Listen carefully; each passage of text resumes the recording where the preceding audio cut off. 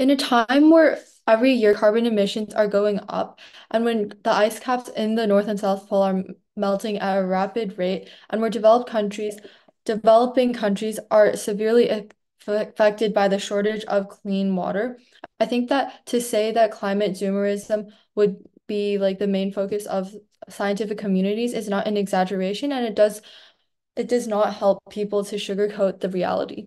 In my speech, I'll be doing a few things. First, I'll be characterizing what exactly the status quo looks like, how we're able to change the way people think about climate action if we use um, climate doomerism, environmental doomerism in the scientific community. Thirdly, what this motion exactly means. And then our two arguments about how this makes the environmental movements more effective, and secondly, how it increases scientific developments.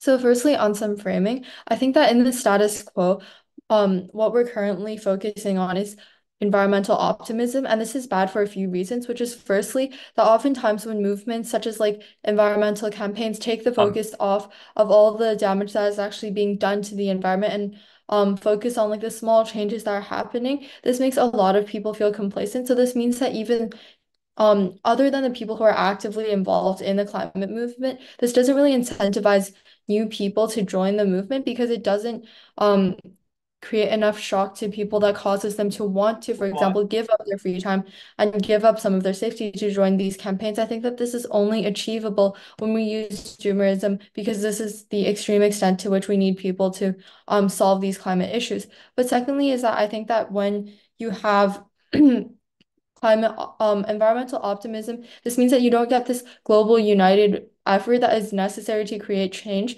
because I think that not all countries will be realizing like the extent to which the environment is being damaged, and um this means that there's a lack of like cohesive effort to stop this. But then secondly, why are people more likely to take extreme action rather than no action and accepting the fate of our world when we use climate doomerism? And then why is this good? I think that this is likely to happen, that people would likely to want to take extreme action because based on human nature, people don't want to accept like the demise of the world that they're living in. So then I think that they would be more you know likely what? to want to pursue extreme action. I don't think that they would just give up on this situation, especially if we use these methods such as showing them what is currently going on and showing how it could directly affect their lives. But then secondly, I think that this is good and it's much better than climate optimism because it gives people a sense of urgency. And I think that's the most important thing in this debate, because often when you have climate optimism, people view like these issues like global warming as something that is very far in the future. But the reality is that it is actively affecting people, for example, in developing countries. And even if you haven't experienced the effect yet, it's coming very soon. But then finally, in terms of what this motion means, I think that this means firstly that climate doomerism exists since the beginning of time, and this is important because it means that opposition can't just say they'll cause a lot of panic and people to suddenly change their attitude and lose hope. But secondly, I think that what this motion means is that we still have climate optimism, which means that we can show the active progress that we're making. It just means that the majority of the focus in the scientific community, meaning like the numbers and like the research, is going into the reality of what is happening to the earth. But then moving on to our arguments, the first argument is that this makes environmental movements more effective. And I have 3 points under this, which is firstly through media. We're able to give media and press an incentive to show the issues that are happening. And I think this gives them an incentive to focus more on the environment in general because they want to show these drastic things that are happening. I think that small campaign that's making a small difference is less like eye-grabbing than like what is currently happening in a lot of like developing You know countries, like what? where like a village runs out of water. And I think that this catches more attention, so people have more incentive to like pursue these types of things and like draw attention to it in the first place, especially when they're supported by the scientific community. Before I move on to the second layer, I'll take a POI. Please explain why doomerism does not lead to escapism and defeat. As I said before, I think that it's very irrational for people to just want to like accept the fact that like the earth is going to die, especially when it's like when people are like optimistic in nature. So they want to like they will be more likely to want to like take extreme action. But then secondly, I think that even if um people don't take extreme action, I think the government has a unique incentive to take action on our side because on our side when the like scientists that are directly working with them show them that like the world is at stake, I think that this affects a lot of like for example like potential industries like if they show that what a huge like difference that carbon is making, I think this gives a lot of countries the unique incentive to pressure other countries, especially those with like large carbon emissions, to start like taking direct action. I think what this looks like is, for example, subsidizing industries like green technology industries such as like electric vehicles to help reduce carbon imprints on transportation. Secondly, like imposing carbon taxes on large industries, because I think that once you have this urgency, this is the point at which the government will start prioritizing the climate action over things like profit from their companies. But then finally is why we uniquely help developing countries. And I think that this is extremely important because often they're the ones that are most affected by climate change.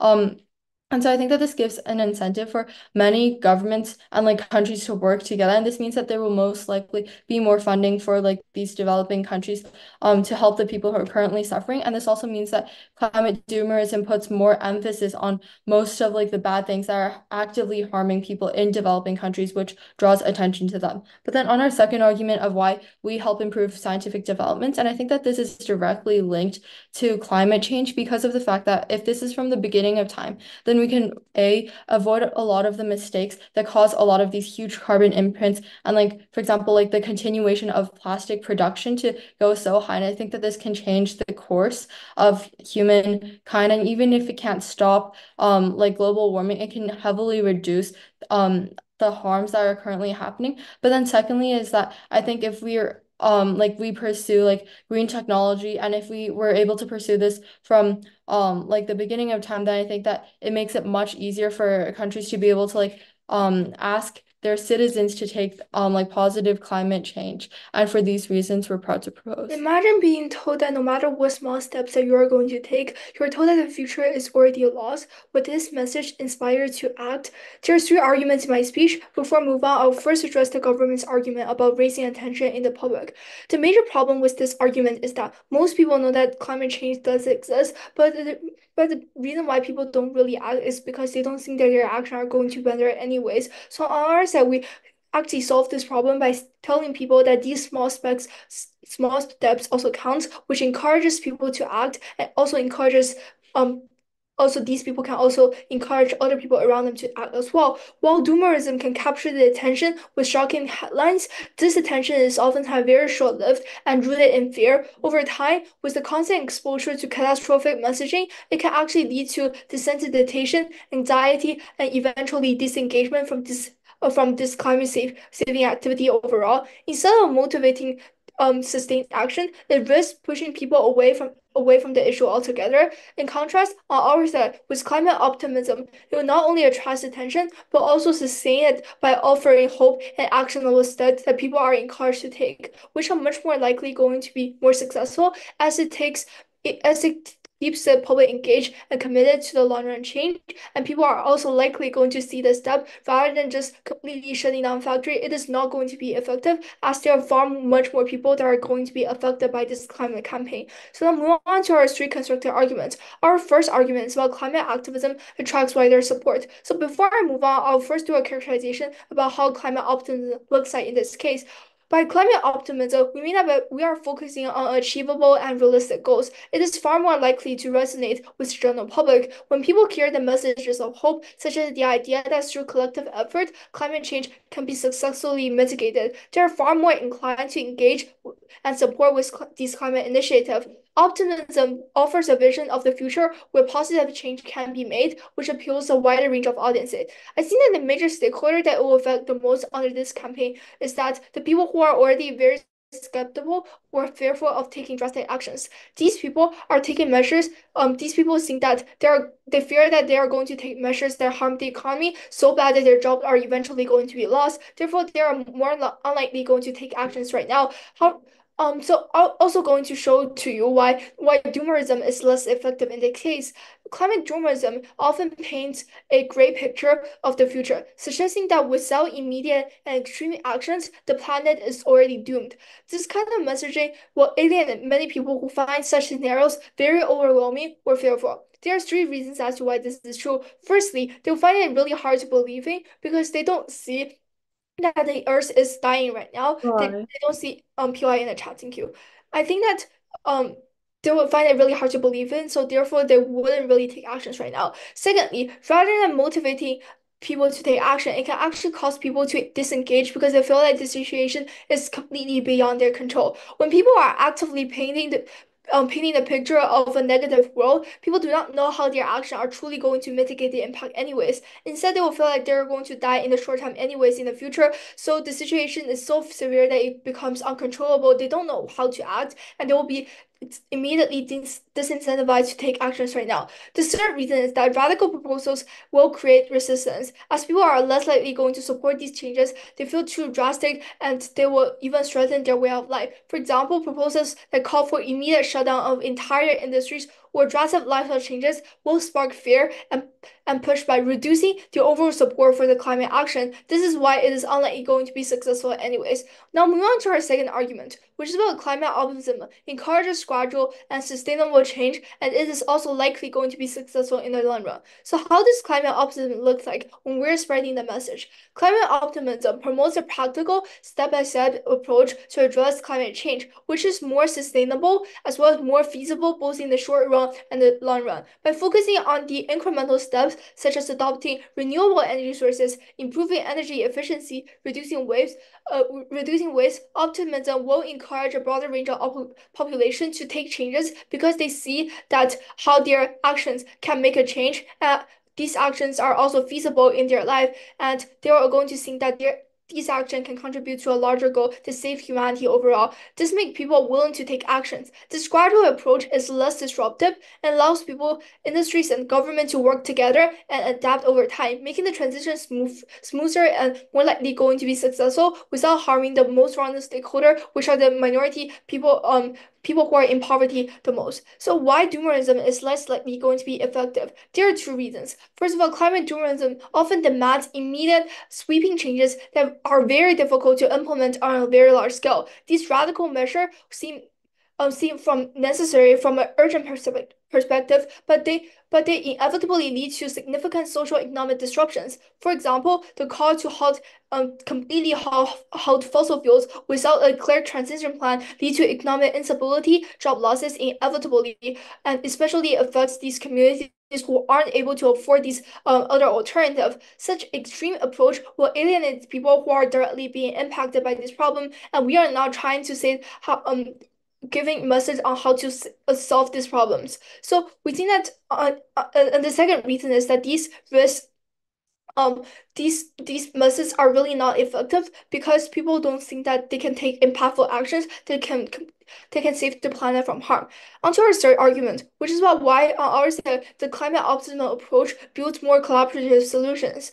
Climate optimism fosters an environment of collaboration by saying that fighting against climate change is a shared responsibility with collective benefits. This approach will encourage diverse groups to join as well, including the government, the businesses, as well as the community and individuals to work together toward a common goal. So why doomerism is less effective? When this emphasis is completely on imminent catastrophe, it can create a sense of urgency that leads to divisive approaches. For example, when we impose strict regulation without considering those who are affected, this can generate backlash and resistance. This can fracture alliances as people feel like their life are going to be short-termly affected, so they wouldn't really care about the long term. When you're saying that the future is going to be better, they wouldn't really believe in you because their short term is already too painful, and they want to look at the short term before looking at the long term. So for all of these reasons above, we're so proud to stand on the opening opposition. Thank you. Opposition is a world full of neglect, false assumptions, and overestimation of progress. That is when the worst impacts of climate change in the future are able to, on a full scale, hit the earth, send the unsuspecting people into absolute frenzy and chaos. A few things I'm going to do in this speech. Firstly, recharacterization of the status quo. Secondly, respond to their first three arguments. And lastly, I'm going to rebuild on our case and talk about our last substantive on why climate optimism is extremely ineffective. But before anything else, I just want to point out a clarification. This is a this house prefers motion, likely meaning that we go back to the beginning of time. This means that their impact of people will lose hope when they change from climate optimism to climate doomerism is just extremely mitigated in the very first place. With that being said, I just want to do some recharacterization of the status quo before going into anything else. We likely think the status quo is where the world is becoming worse and worse. New heat levels, as we can see from this year and last year, during the summer are skyrocketing. People in Europe are suffering because they don't have air conditioning, because this sort of situation has not happened to them before. This looks like states in America where you can literally cook an egg on the floor in the summer, where many animal species are so affected by the heat they're dying out or passing out, and that people don't really care. The majority of people think that clicking a like on a social media page, on a Twitter post for a page, is advocating and helping climate optimism when it really isn't. So then I just want to respond to their arguments. The first thing they tell you is basically there's climate doomerism will alienate people and they'll make them feel absolutely terrible. They'll lose hope and industries will shut down, and then everything will just be terrible because everybody loses hope. The response here, firstly, yes, I think this is inherently true to some degree, but we are willing to bite the bullet and make this trade-off, because in this trade-off, no judge, that we get better tech breakthroughs, which I'll expand on later, and scientific technology for climate change. But secondly, I just want to take a step out of this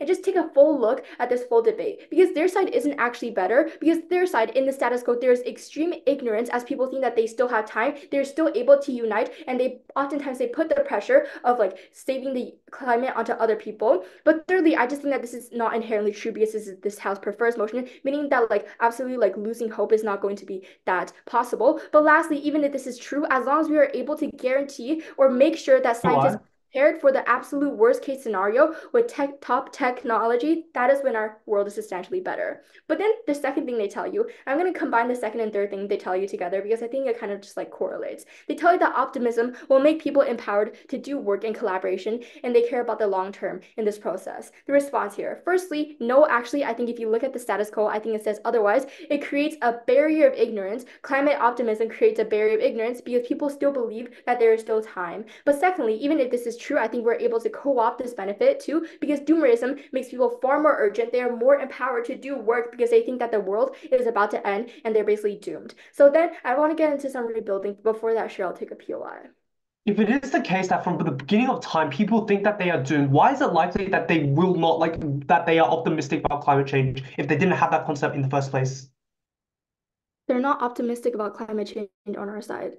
So I really think from the beginning of time, but also this motion is complete emphasis, right? So if you emphasize on complete climate doomerism from the beginning of time, that means that they're likely to have this narrative spread from the beginning of time. On your world, where there's complete climate optimism and there's an emphasis on that, that is when climate optimism is in place. So responding to your POI. So then I want to rebuild our case. I don't think OO really responds to our arguments on an analytical and mechanism level. They just tell you that it's not going to fundamentally work. But I just want to bring back what Mimi tells you, because I think it's extremely important. Firstly, she tells you it urges and it creates effectiveness and urgency, especially within scientific community. It urges them to actually do change. But secondly, she tells you how there's going to be more funding to scientific communities, how there's going to be more power, we're more able to get tech breakthroughs for that reason. But even if that's not enough, I'm gonna introduce our third argument on why climate optimism is extremely ineffective. The first reason is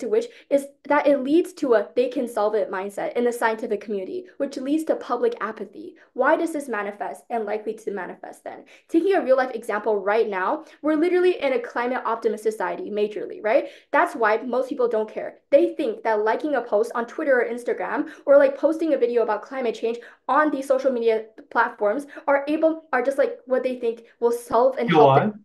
But what the problem really is that they're not really helping. They think they are, but they're not really.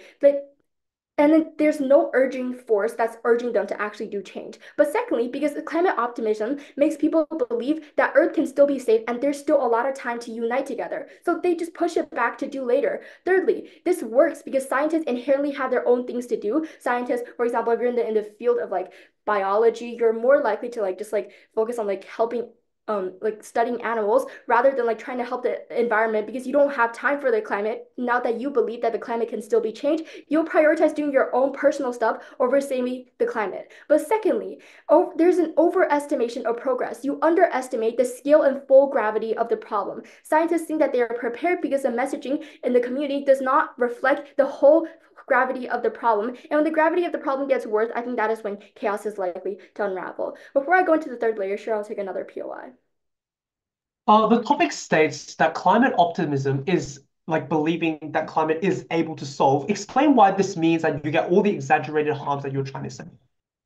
I think when you think that the climate is able to be solved, that is a direct problem that comes with it. Because, for example, I'm sitting here. I think that the climate is still able to be solved. I think that there's still time. If we unite, I think that in maybe like another year or so, I'll just like do it later. That is the direct problem with it because people keep pushing it back. You have your own priorities in life. People, and especially scientists, if they don't see an emphasis and urgency on this, that is when they're unlikely to take action. That is when the problem poses on your side of the house. So then on the third layer of this argument, as to why climate optimism is extremely ineffective, you would have less funding for scientific programs solving the climate change. Why is this? If you have an extremely positive outlook on the climate, funders like the government or other scientists are less likely to fund. That is because they don't see the urgency of the problem. Sure, they recognize the problem, but they don't see why they have to solve it right now. This means that it is less likely to have technological breakthroughs that will help the environment in the process. But lastly, it will affect the activists as well, not only the scientific community. Why is this? Activists oftentimes they look at the scientific community, and if they don't see any point in furthering this anymore, they also believe, and all their messaging would also be like, hey, we still have time, we can unite. I think this impacts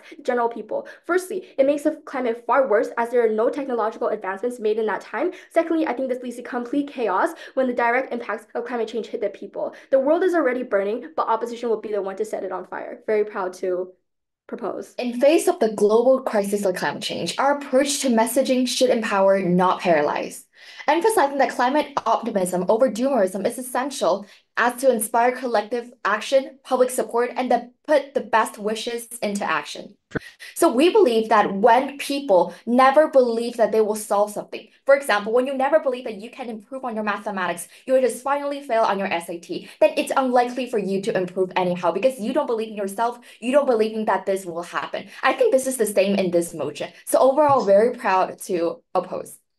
And basically in this speech, I'll first give some refutations. I first give some recharacterizations on this debate, and then some refutations on opening government's point, and then I will introduce like two major issues in this debate, which is the first one is why climate optimism will encourage people to take action compared to climate doomerism, which is a comparative, and respond why urgency will be guaranteed on opposition side.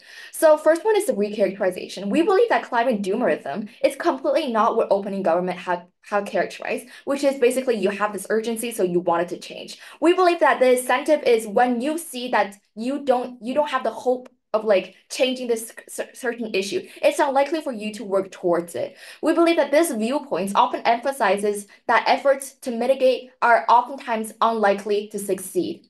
So basically, it emphasizes on the catastrophic potential outcome of climate change, such as extinctions, widespread collapse, and also without focusing on the possibility of effective solutions and also meaningful action. So, so when people lose hope already, why would they have an incentive to change? So what is the impact of this viewpoint? We believe that, dear educator, when you have the viewpoint of this world will be likely to be in huge crisis, and then all humankind would extinct within, for example, 50 years later. Instead of like solving the issue, for example, reducing using plastic bags and also do your small contributions, you will be likely to don't care and then live your normal life. Spend a lot of money on all the things that you want instead of just caring for the whole climate change problem because you believe that the world is going to end anyway. You're going to die anyway. So why not just to enjoy, right? However, when we have the belief that this thing will change, climate change will be better, we are more likely to put into action instead of just negligence or just don't care. So that leads to the argument that some refutations to the opponent's arguments. So firstly, they have argued about this will draw attention to the public so that they will have a sense of urgency and that will lead to changes.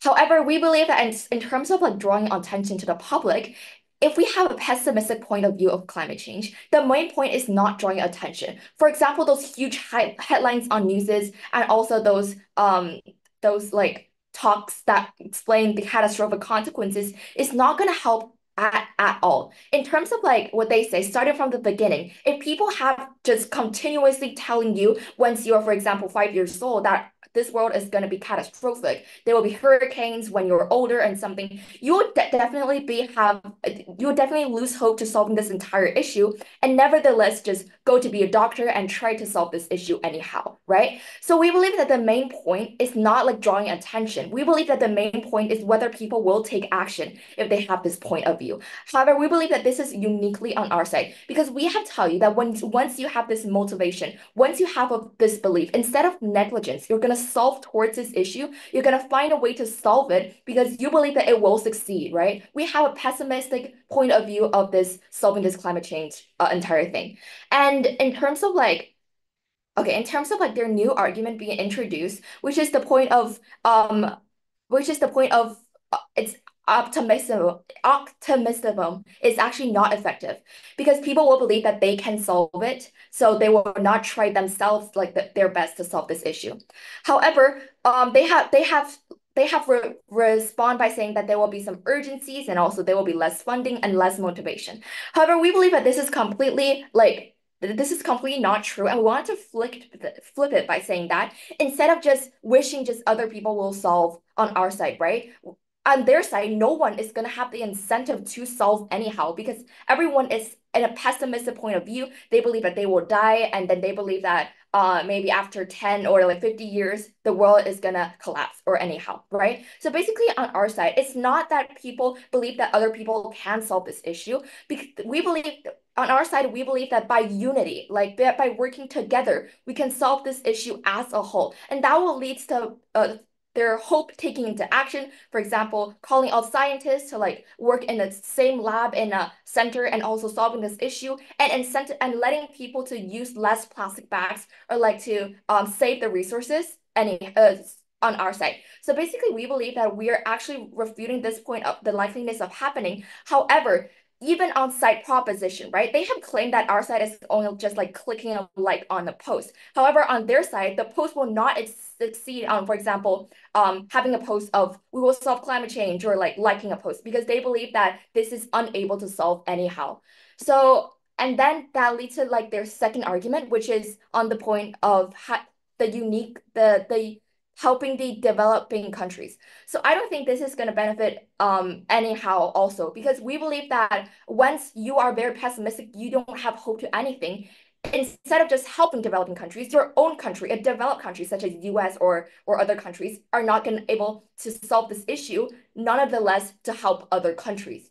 So that leads to why our side will encourage people to take quicker action compared to climate doomerism, because our side have the motivation. When people believe that their actions can actually lead to positive outcomes, they're more likely to take the initiative. Optimism fosters a sense of hope that change is possible, and changing it will lead to better outcomes. The thought in mind motivates people to change in solution-oriented behaviors, from small ones such as using less plastic bags to big changes such as supporting green policies such as carbon tax and also investing in renewable energy. And basically on our side, we told you that urgency is also guaranteed.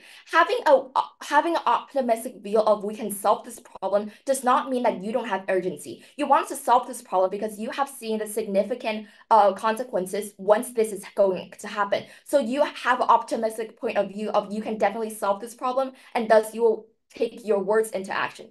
So overall, very proud to stand on opening opposition. Thank you. Josh, picture a world in the near future when we wake up to hear that another species has gone extinct, that rising waters are consuming land, and that gradual hotter summers are claiming lives. This is really not a dystopia. This is really not a fictional world. It's a reality that we live in right now. It's a reality that will become more true and more visible and more tangible the less we take immediate initiative. And the only way to take immediate initiative is by climate doomerism. We're very proud to propose. The scientific community has a choice. Either you sugarcoat the truth with optimism, or you confront and you have a moral and you fulfill your moral duty as a scientific community to inform people with the harsh reality. We tell you that this is only possible by embracing the seriousness, embracing the gravity of climate doomerism, that we can shake the world out of its illusion of solvency and drive immediate change. On that said, I'm going to do a few layers of framing. First of all, on climate doomerism, let's just like characterize people. Sure, climate doomerism's narrative is to either take extreme actions or give up. But we already proved to you. I think our opening also proved, but not too much. So I'm going to prove more on why people are not like to choose to give up, but rather to take actions. And I'm going to prove to you why people aren't going to go and choose escapism, but rather it's going to counter that issue. I think people are inherently incentivized to first of all, not only do they want to live, they don't want to let their home deteriorate and die, but second, they're inherently incentivized to solve problems when they're taken at a real scale. In most crises, pessimism is close to rather than optimism, right? For example, on our side, you can encourage the systemic change of society. Because doomerism often emphasizes that like little changes and small changes are insufficient in the face of a very, very huge disaster like climate change, this will obviously lead to a greater push for radical solutions, right? I think it looks like systemic economic transportations and whatnot, and for like, moving away from fossil fuels and, investing into other methods. But it also looks like innovation. The perception of the fact that there's an external threat that they can drive innovation. For example, as governments, businesses, and researchers, they're obviously pushed to develop and implement really, really like new and innovative technologies and strategies to mitigate at least the worst that can happen, right? I think these are the main incentive analysis. I think this was already done by OG to take down OO. But a few rebuttals to OO. First of all, they say that doomerism is short-lived and that there's constant exposure and that this will lead people to not care. This argument fails on the comparative. On their side, climate optimism has to paint a great picture of the future and the fact that there's effective solvency and that there's change happening. But really, many human initiatives to solve climate change have either been extremely pricey to implement or simply worse, right? Electric cars are also basically an illusion of solvency on their side of the house because the false idea that the innovation of electric cars will alleviate climate change and that incremental change is enough, that this is the fact that this is sugarcoating the problem just for the sake of hope. Because electric cars probably require lithium mines just to make the battery, and lithium factories produce much more greenhouse gases than normal cars do. But their side says that on their side, they get collaboration and they encourage diverse communities. But I'm going to tell you a few problems. Optimism. First of all, on the fact that you have disappointment and disillusionment. If OpBench can push an uncharitable case to us and say, oh, no hope at all on prop side, we can push too that if optimistic predictions about progress and solutions are really not met, then this will also lead to disappointment. This will also lead to disillusionment among the public. And we tell you that because climate optimism is going to lead to lack of preparedness in the worst case scenarios, because you're focusing on too much on positive outcomes, communities and governments are probably going to be less likely to invest in adaptation, for example, and resilience measures. And adaptation and resilience is only given by our side. All in all, Judge, the opening have focused only on climate movements and which method of delivery is better for pragmatic reasons. As CG, I'm going to bring a principle extension and be the first bench to bring up why it's a moral imperative for scientists to be climate doomerists, ultimately fully justifying why this form of messaging is inherently necessary. First, then extension on how there's a moral imperative and it's a duty and the truth and the future generations and whatnot. The first, we're going to tell you that scientists and communicators have a moral obligation to emphasize doomerism. They have a moral obligation to convey the true scale of the threat that climate change is posing to future generations and the generation right now. This is obviously going to be contrasted against the potential ethical pitfalls, right, of like what their side brings up, which is optimism. Because obviously you're going to downplay risk. You're obviously going to lure the public into thinking that there's a false sense of security, right? But the fact that there's, for example, ethical frameworks and like consequentialism, for example, right? And basically these types of things are principle. These are types of things are necessary. That even if doomerism causes discomfort or stress, that it's necessary to prevent greater harm in the future. But the impact of this is that obviously this is an ethical necessity. Obviously this is an important and exclusive extension because this extension frames doomerism as an ethical necessity rather than just like a simple strategic, simple pragmatic choice made by scientific communities. It's obviously going to basically we're trying to push and shift this into the moral responsibility of scientists and the public to confront these types of realities of climate change. On the fact that from a consequentialist perspective, the ends will always justify the means. If the result is a prevention of climate change outcomes, obviously scientists and communicators, they all have a moral duty to present the worst case scenarios of climate change. Always the worst case scenario is going to lead people to ensure that society takes a necessary necessary steps to avoid these outcomes, right? I think it was already proven to you in the incentive analysis of people and as to why this method is going to make them take the necessary steps. But also, this framework is obviously the fact that current generations have a responsibility to protect the rights and well-being of future generation. Obviously, we're going to emphasize the potential impacts of the future of climate change through doomerism. But before grace period, I'll take that period. Please explain why the narrative, like the sort of narrative of like worst case possible is not symmetrical on both sides. Wait, so on your side, you're trying to call out the benefit of like the fact that you guys can also have doomerism, that you guys can also push this type of negative idea to put a shock factor into people, but that's really not the motion. Because on your side is trying to implement climate optimism in the messaging of the scientific community. And your side, if your entire op bench literally focused on why it's pragmatically, just why it principally is good. But our side is telling you why it's just principally justified for scientific communities to convey the truth, to convey these types of messages, and why is this going to lead to a good way, right? But obviously consider how the scientific community's warnings about, for example, dangers of smoking, including a lot of like vivid imagery and like predictions about health risks, were essential in like reducing smoking rates, and at least that helps, right? This approach did not focus on optimism as much as on the dire consequences of continuing to smoke.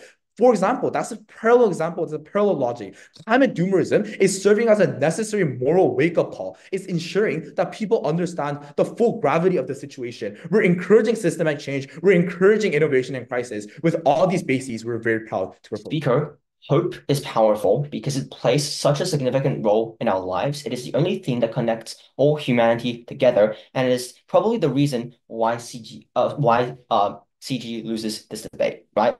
Because on our side of the case, we tell you that we provide hope to people. Firstly, on some setup, I think has been missing throughout the debate.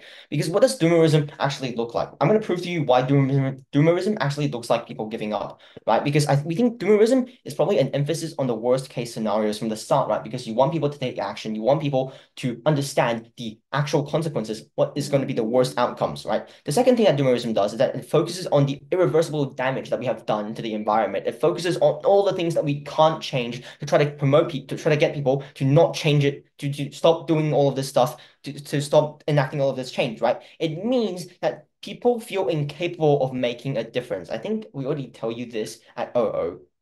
But what OO doesn't do is they don't explain why this is so necessarily important to humans, right? Because humans have a fight or flight instinct, right? Because doomerism shows humans that fighting back against this is impossible, right? Because all you see from the science, from the media, are the impossible outcomes, are the ones where you all die, right? It means that humans are only left with the flight instinct that we have, right? What does this mean? This means that people are going, sorry, no, thank you.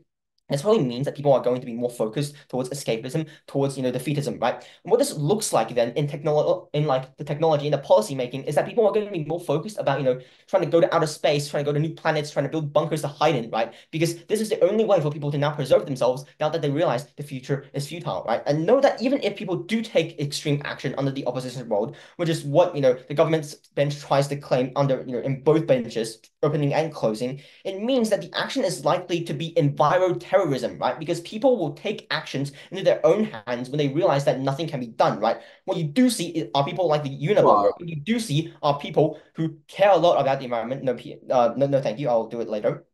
It means that people will be prioritizing themselves, or they'll be making hasty decisions that don't necessarily collaborate with the greater good, but they want to show their stance on this, right? Even if they do take this extreme action is unlikely to be unified, right? Because some people will want to hide, some people will want to, flight, and some people will want to, take extreme action. It is not a very unified stance. Whereas if you provide people with hope, the one thing that holds humanity together, is probably a lot better on the outside of the case, right? And what sets us apart from opening government is that opening government needs to actually win on the benefits they prove. But we can just prove to you why doomerism just has more harms, even when you compare it to the status quo right now.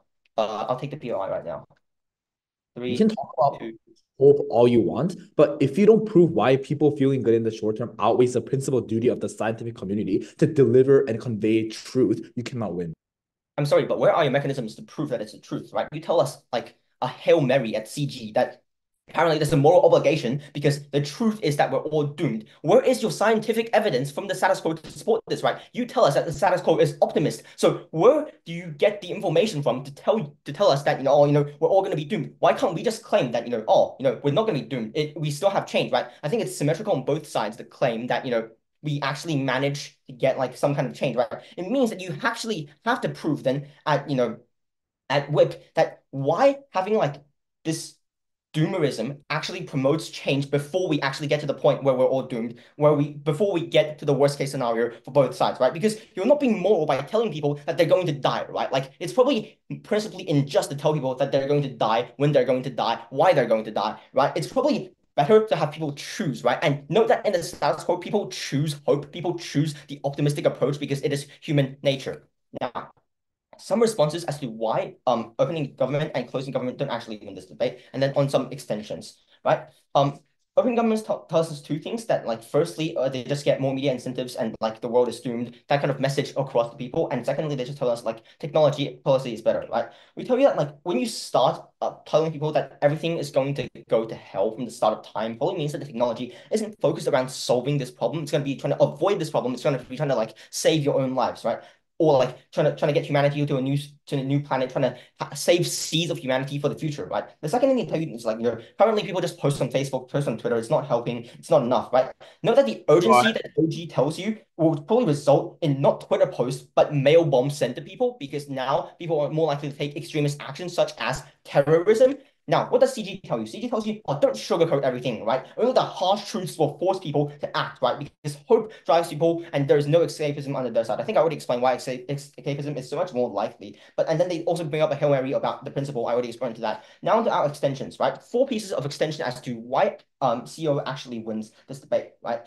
Firstly, on why there's just like conflict, there's more conflict because of doomerism. Secondly, on why we thirdly, on why rich people will be screwed over, no more POIs, thank you, will screw over the world. And lastly, on why policy is going to likely to be worse. And then lastly, on weighing, right? Firstly, why is more conflict likely to occur under the opposition's role, right? This is a point about public perception, right? Because as I explained to you earlier in my setup, right, doomerism equals to giving up. It means that because the public trusts the scientific community, right? It's probably the main source of information they get regarding climate change, regarding news, right? It means that doomerism is to break the news to the public that everything is so bleak, everything is so bad. Therefore, it is so bad. Therefore, they trust that the world is ending. This is a mechanism that OG needed, which they didn't provide. But secondly, I think that if scientists think the world will end, the world will end. This is what most people think, right? And then this means that people are going to take a I've lost everything, why care approach, right? This leads to people like the Unabomber. This leads to those very extremist actions, such as terrorism I tell you about before, right? The second thing is that you just have the wrong technological focus, right? Because I think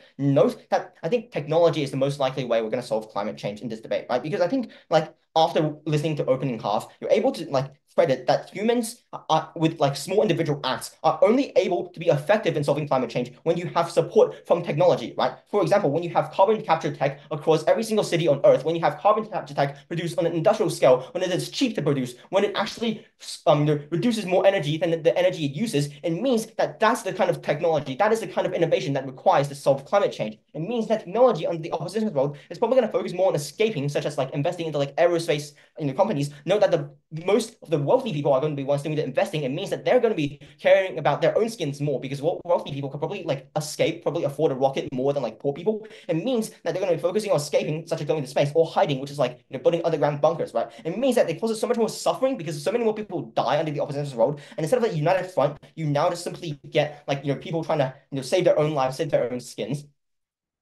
The third thing we tell you is that rich people will just screw over the world, right? Because, so a lot of rich people, they'll just like invest into escapism or defeatism. They'll invest into technology suited for hiding or escaping. It means that they're less incentivized to help climate change. It means that the majority of the world's wealth won't actually go to helping climate change. The fourth thing we tell you is just policy is worse, right? Because when you have active restrictions on climate change, as soon as you remove that optimistic barrier that gives people hope, there will be no longer restraints on like coal companies, on like, companies that cause a lot of environmental change. It means that climate change is likely to worsen rapidly under the opposition's road. This is why we win this debate. Thank you. People don't shove the problem against your face, and if people don't feel threatened about the problem, we don't understand the severity. If status quo of being optimistic is clearly not working, we need a different solvency that's stronger and more impactful and more threatening. That is climate doomerism. That is the only solvency left. CO, Note the fact that CO and all opposition bench fail to explain and protect the status quo. They all give you some utopian world where people all of a sudden collaborate so well and bring up a great solvency with climate optimism, but the status quo is completely different. They had one burden, the burden to prove why status quo will all of a sudden work and what the problem is within the status quo and their solvency towards this problem. Well, it's clear that none of the opposition bench had that solvency, therefore they cannot take this debate home. Also, note the fact that they never engaged with our actual case. CO fails to engage. We tell you that it's within the scientific community's duty to actively use doomerism as a tool to convey the scale of the issue and to push for urgency, because no one is talking about the responsibility in the status quo. Also, note the fact that we are using the database to convey the actual scale of climate change. We proved this on a principle level because on all bench, they never talk about the obligation and why this job can be only done by scientific community. We proved that on a principle level. So proud. That's why we take the extension home. They also talk about how rich people will take planes and go to space and leave all the poor people to die. This fails on a comparative. With climate optimism, illusion of solvency and climate denialism exists because of hope, because you make people feel better. You don't take immediate initiatives. Doomerism often emphasizes that incremental changes are insufficient in the face of impending disaster. This can lead to a greater push for immediate solutions, such as a systematic economic transformation, investment from fossil fuels. CO is so uncharitable by saying this. Therefore, they box themselves out of the debate. Let's move on to the opening opposition. They also have the exact same CO has the exact same extension as OO about why escapism is likely. So let me just rebut the escapism argument as a whole so that the up bench cannot take this debate home. First of all, escapism, I think Joseph already did a solid job of telling why escapism is more likely on opposition bench, but let me add even more layers. First of all, just because I think that our Earth is going to get destroyed, humans, we don't just simply give up. It's in our instinct to actively go against the catastrophe and do everything that's possible just to prevent and mitigate the risk. It's just not in our human instinct to give in because we want to survive, we want to live longer. That's what human instinct looks like. Second of all, climate optimism is more likely to cause escapism. This is a simple logic. If people are telling you that we still have time, we still can make changes and prevent climate change, it drastically lowers the risk and threat of trying to solve climate change.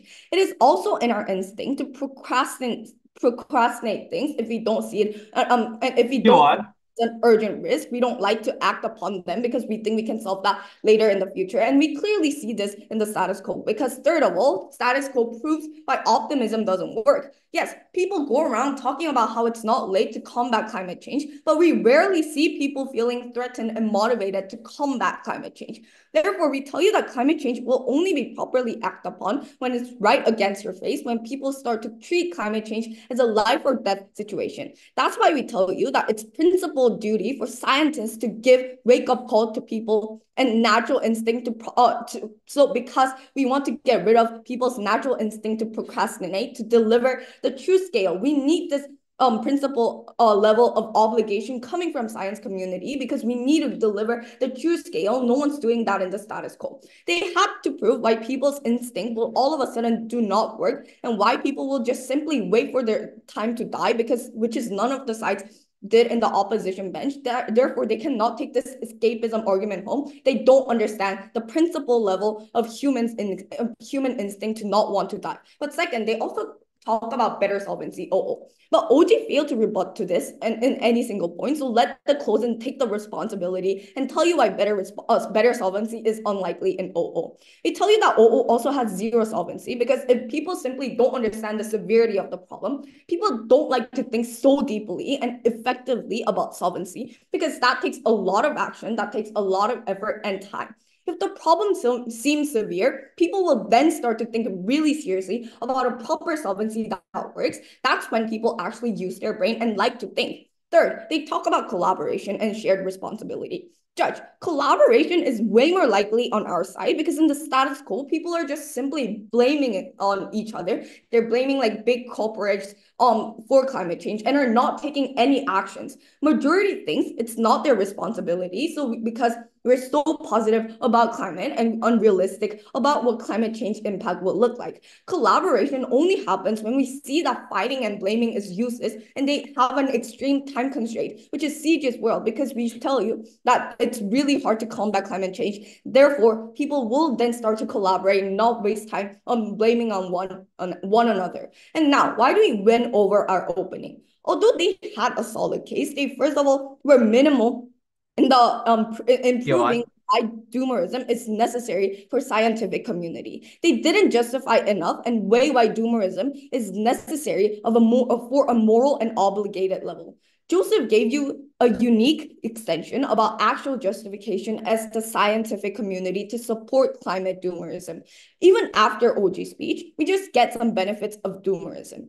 But we never get the reasoning and weighing over why doomerism is better than optimism on a practical and principle level. We only have that unique principle, right? Because in the status quo, no one is trying to take that responsibility. CEO also concedes with this point that scientific communities are really trustworthy, therefore people are likely to believe them. That is the reason why they have the obligation and the moral justification to deliver these doomerism and make it use it as a tool for people to understand and convey the scale of the problem, right? And why is our extension round winning? This is because we uniquely compare the benefits of doomerism and optimism. We don't just spit out we don't just talk about the benefits and harms. We actually give you comparative analysis and the justification towards why doomerism needs to be discussed within the scientific community in order for people to act upon and deliver the true scale of the problem. Therefore, we're so proud to propose. I think closing opposition wins this debate because we actually give you actual mechanisms instead of saying pragmatic terms. For example, this norm will lead to majority of the people doing this. We give you actual mechanisms for why you get better public perception, you get better technology, and you get better policy. Note that the last two are extensions that that opening has not expanded on. Secondly, we also just tell you that we give you the right framing in this debate by being more charitable than every single other team. And even if it wasn't the case that we give you it, we just proved it to you why we win, even if the case that even with the wrong framing. Thirdly, we just tell you that we have a holistic case because it just means that because we tell you how norms affect policies and actions for different stakeholders instead of having a homogeneous whole that everyone tries to assume. Now, why is it like, let's just briefly talk about every single sort of team, right? I think OG loses today because they tried to say that doomerism equals to urgency. We tell you at the get-go that this is not the case, and this is sufficiently like weighed out of the debate by OO. Secondly, they tell us that people won't give up. I think that this is the main contention, but we will win this debate by proving why, firstly, that isn't the case, and secondly, why even that if that was the case, I think that we still get benefits, right? And then now OO tells, and I think CG tries to push a moral. I'll just like really briefly, as we said before, why this moral doesn't exist because of the fact that it's a preferred world.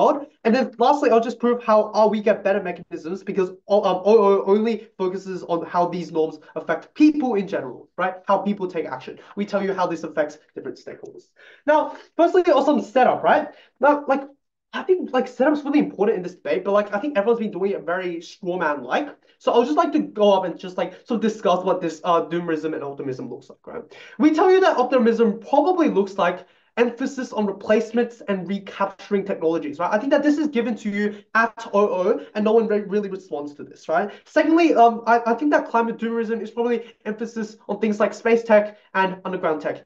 Again, we don't get any response to this. Secondly, I think everything else about like giving up and collaboration, I think that to a certain extent, you probably will get slightly more collaboration on optimism because people are more likely to work together if they're optimistic. And then again, I think that this is less likely compared to emphasis on replacement technologies / space technologies, and I guess the sort of stances with those, right?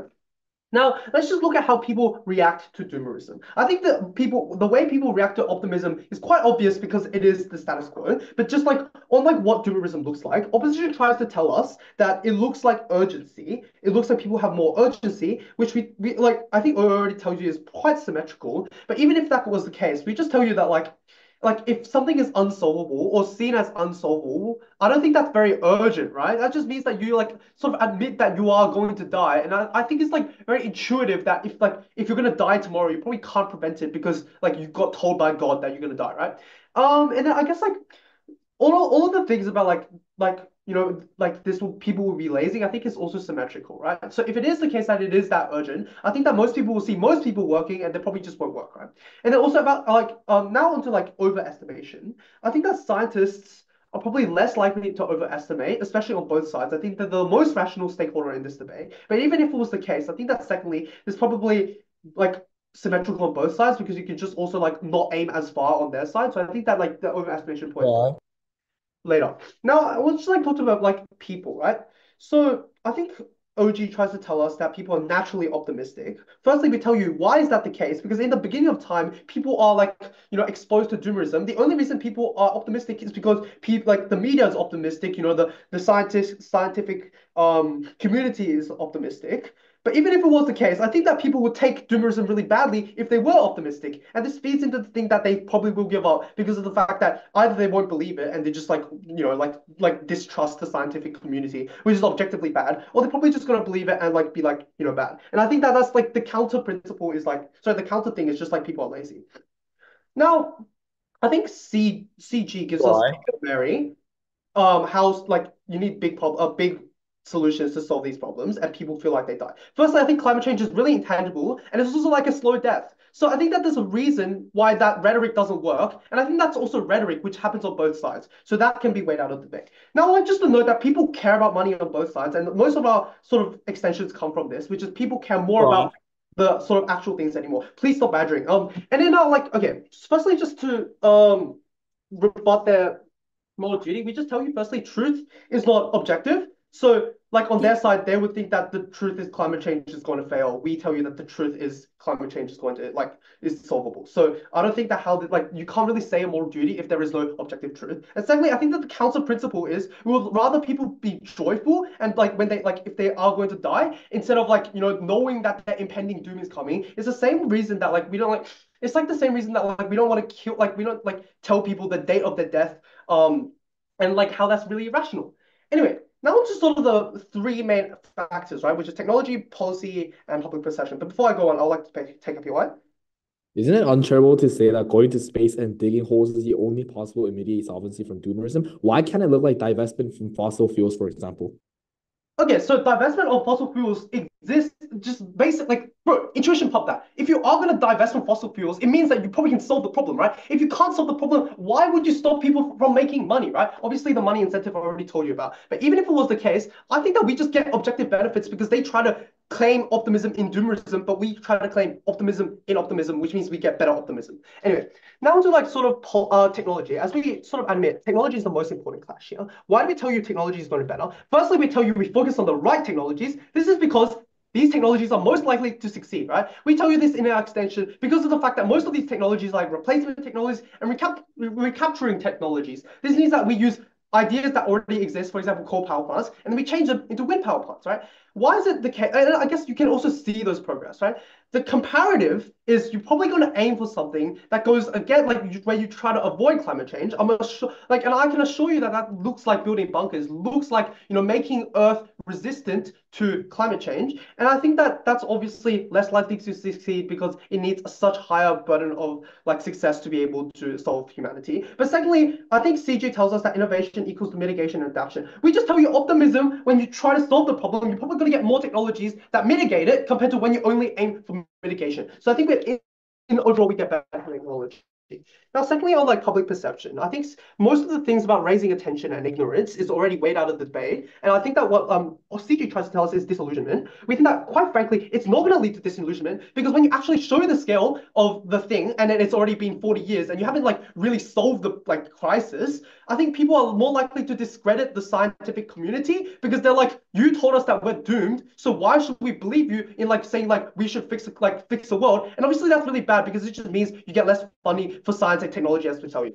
Certainly on policy, quite quickly, we just get, I think there's less, there's more short-term policy, there's probably less international cooperation, and we just tell you there's probably positive pressure that happens on our side, and so therefore I'm very proud to oppose.